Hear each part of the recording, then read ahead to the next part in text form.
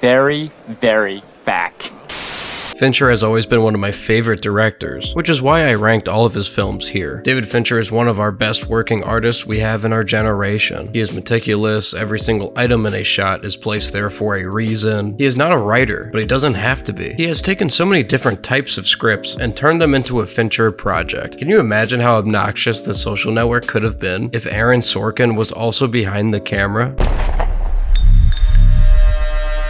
I was really concerned with this movie though. It kept getting pushed back and it didn't feel like a lot of noise was being made of a bloody David Fincher film. I heard people talking about how terrible the source material was. The reviews out of the festival circuit was pretty mixed, and that feels like a bad enough sign for a David Fincher movie. Anything besides universal praise is usually a red flag for a David Fincher movie. I really do hold him on a pedestal because why wouldn't I? He's made Zodiac, Fight Club, Social Network, and so many other films that our generation was raised on, and we studied them. So how did I feel about The Killer? Well, I kind of enjoyed it, but it's not going to be one of his classic works or anything. Fassbender plays a hitman that misses a mark and gets burned. I'll keep the plot that simple since I do expect that most of you haven't seen this yet. The tone of this film is set so early. I could see a lot of people being really annoyed by the narration-heavy introduction, but I thought it was perfect. It's about 20 minutes of him being patient, trying to line up the perfect shot on a mark. It takes a few days, he gets food, he hangs out, not a lot happens. During this long session of waiting, he is just non-stop blabbering, talking to the viewer.